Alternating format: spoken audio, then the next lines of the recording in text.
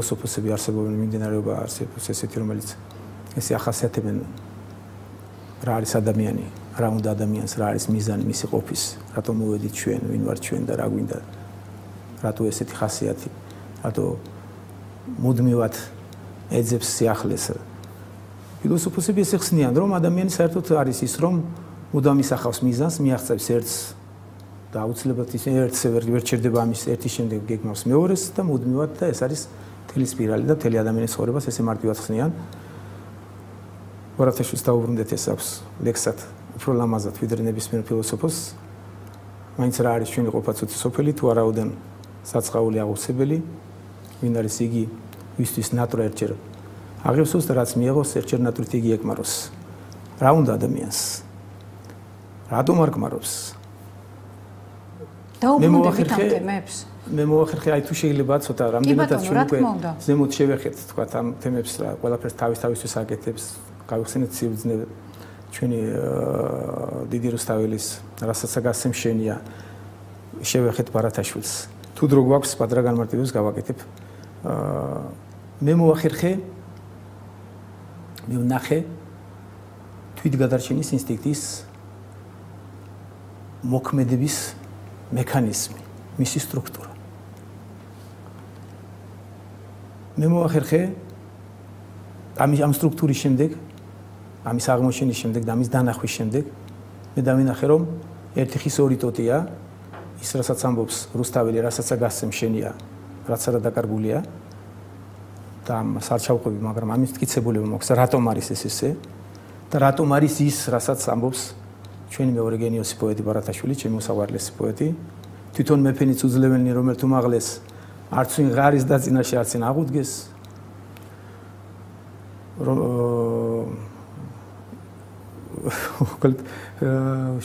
აი ამაზე მინდა მივიყვანოთ რაც ყველაზე კარგად ვიცოდი ზოგჯერ მჭადი სახელი და გავიცდება თვითონ მეფენიც უმაღლესი შფოთვენ და თვიან დაიტყვიან აი ეს მინდოდა მომეტანა შფოთვენ და თვიან დაიტყვიან როდის იქნება რომ ეს მიწასაც ჩვენი იყოს და აღეძვიან იმა მიწისთვის ასდრეს თქვა თვითვე არიან შფოთვენ და თვიან აი ეს მინდა ამოვწიო რატომ მუდმივად შფოთვენ და თვიან ამავდროულად რუსთაველის ლამაზი ფრაზა რასაც გასცემ შენია მე დავაკავშირე ამ მექანიზმიდან გამომდინარე რომ თვითგადარჩენის ინსტინქტის მოქმედების მექანიზმით მისი სტრუქტურის ნახვით ეს არის ერთი ხის ორი ტოტი და ეს არის ყველაზე საინტერესო რატომ შფოთვენ კარგად მაქვს ახსენილი ძალიან და ძალიან კარგად ვიცი ეს და ძალიან საინტერესოა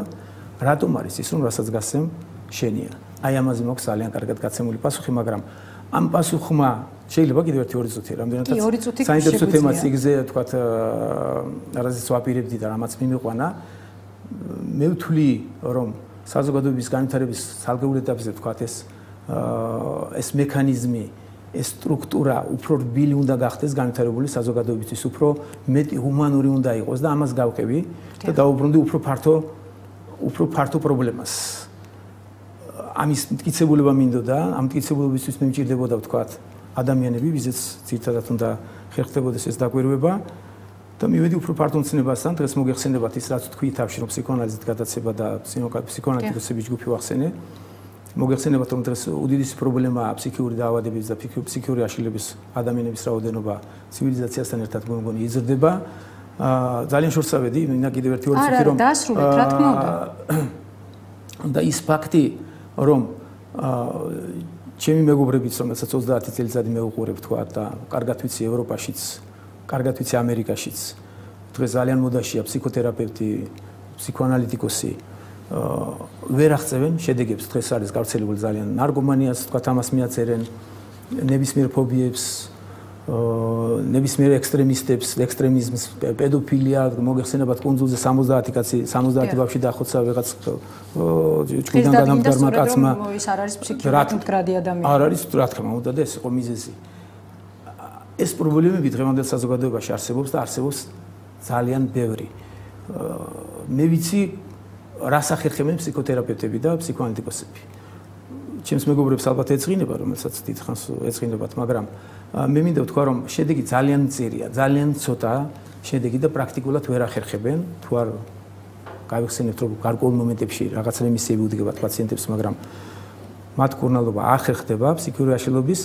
მაგრამ ყველაზე საინტერესო რაცაა და რასაც მეც უკავშირებ ჩემ კვლევას რომ ებრძვიან მიზეზს. არ ებრძვიან მიზეზს, ებრძვიან შედეგს. მიზეზთან ბრძოლა და მიზეზი არის ძალიან გარკვეულად დაწერილი და ახსნილი და ძალიან ბევრი სპეციალისტის და ფსიქიატრის და ფსიქოანალიტიკოსის და ფსიქოლოგების მე გაგახსენებ ალან ფრომს, რომელიც 2003 წელს გარდაიცვალა ნიუ-იორკში, მას აქვს გენიალური წიგნი დედაენა მშობლებისათვის, სადაც ძალიან მარტივი ენით, ამას თუმცა ფროიდიც აღწერდა, ფროიდამდე იყო უკვე ცნობილი როგორ უნდა გაზარდო ბავშვი, რომ ის იყოს ფსიქიურად მდგრადი. ანუ ამ პრობლემების გადაწყვეტაში აპირებთ თქვენი რესურსების სურვილი რა იყო? აი მე სადაც წავედი, აი ეს მექანიზმი რაც მე ვნახე, თქვა, თვითგადაც ჩემს ისიქთის თქვა, მოქმედების მექანიზმი, მისი სტრუქტურა, თქვა და მე გამიჩნდა სურვილი იმის, რომ ეს უნდა განვითარებას განიცდიდეს და ცვლილებას უნდა განიცდიდეს გარკვეული წესით საზოგადოების განვითარებასთან ერთად, თქვა და არ ემჩნევა ეს დღევანდელ საზოგადოებას უბრალოდ მე მტკიცებულებები არ მეყო და ამოვედი იქ რომ მტკიცებულებები რომ მიიღო საზოგადოების როგორ გითხრათ აი ჯანმრთელობას ამ ხრივ უნდა თქვა ის რასაც წერს ალან ფრომი მე ამას ჩემ თავზე არ ვიბრალებ თქვა და აქ არაფერი პრეტენზია არ მაქვს რამდენადაც ძალიან კარგად აქვს ეს დაწერილი და ძალიან კარგად აქვს დასაბუთებული და უამრავი სპეციალისტია ფსიქოლოგი თუ ფსიქოანალიტიკოსი თუ ფსიქიატრი ვინც ეს იცის მაგრამ საოცრებაა რომ ვერ ახერხებს დღევანდელი ცივილიზაცია გაიზიაროს და ამ წესით მოახდინოს იქ არის მარტივად რომ გითხრათ დედამ უნდა გაზარდოს შვილი 60 წლამდე რომ ეს გაიგების პროცესი იდენტიფიკაციის პროცესი ფსიქიური მშობიარობა უნდა მოხდეს ისეთივე ჯანსაღი როგორც ბიოლოგიური მშობიარობა რასაც ვერაფრით არ უმოდება დღევანდელი ჩვენი ცივილიზაცია და მე მინდოდა თქვა აი ვაბოლო თქვენ არ გეტყვინებათ მე მინდოდა და სურვილი მაქვს დღესაც და შესაძლებელია დრო აღარ მეყოს მაგრამ ეს მუდმივად მრჩება რომ მეც ჩემი თქვა კვლევებით ჩავწერილი ვიყავი ამ ხალხის სიაში და ამათთან ერთად მომეხერხებინა დამერწმუნებუნა ჯერ განვითარებული სახელმწიფოების თავრობები თქვა და გაერთიანებულა ფსიქოლოგებთან ფსიქოანალიტიკოსებთან ერთად რომ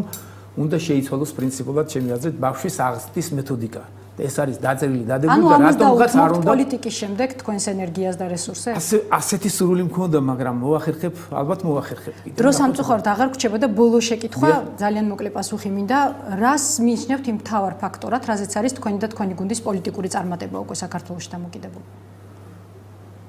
პირველ რიგში ის რომ ჩვენ სწორად უნდა შევარჩიოთ გუნდი ჩვენი სწორად მოვიდეთ